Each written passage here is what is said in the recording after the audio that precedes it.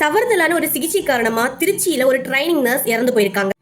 நம்ம தமிழகத்துக்கு என்னதான் ஆச்சு, நம்ம தமிழகத்துல என்ன நடக்கு அப்படின்னே தெரியல. புதுக்கோட்டையை சேர்ந்த சீதா லட்சுமி அப்படிங்கிற செவிலியர் மாணவி காய்ச்சல் சளி காரணமா அரசு மருத்துவமனையில அனுமதிக்கப்படுறாங்க. எங்க அனுமதிக்கப்படுறாங்க அப்படின்னு பாத்தீங்கன்னா மகாத்மா காந்தி நினைவு அரசு மருத்துவமனையில அனுமதிக்கப்படுறாங்க. அவங்களுக்கு அங்க சிகிச்சையும் மேற்கொள்ளப்படுது. அந்த அனுமதிக்கப்பட்ட பெண் பாத்தீங்கன்னா மூக்குல ஒரு சதை வளர்ந்திருக்கு அப்படின்னு சொல்லிட்டு அறுவை சிகிச்சையும் செய்யறாங்க. அறுவை சிகிச்சை செய்ததுக்கு அப்புறம் அந்த பெண் பாத்தீங்கன்னா பலனின்றி உயிரிழந்தும் போறாங்க. இதனை அடுத்து பாத்தீங்கன்னா அவங்களோட சக மாணவிகள் என்ன சொல்லியிருக்காங்க அப்படின்னா, அந்த பொண்ணுக்கு போட்ட தவறான ஊசியின் காரணமா தான் அவங்க இறந்து போயிருக்காங்க அப்படின்னு அந்த மாணவிகளும் அவங்களோட பெற்றோர்களும் குற்றச்சாட்டு வைக்கிறாங்க.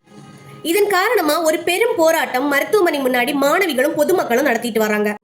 இந்த சம்பவம் நடந்ததுக்கு அப்புறம் பாத்தீங்கன்னா தமிழக அரசு சார்பில் ஒரு சிறப்பு குழு அமைக்கப்பட்டிருக்கு அப்படின்னு சொல்லப்படுது.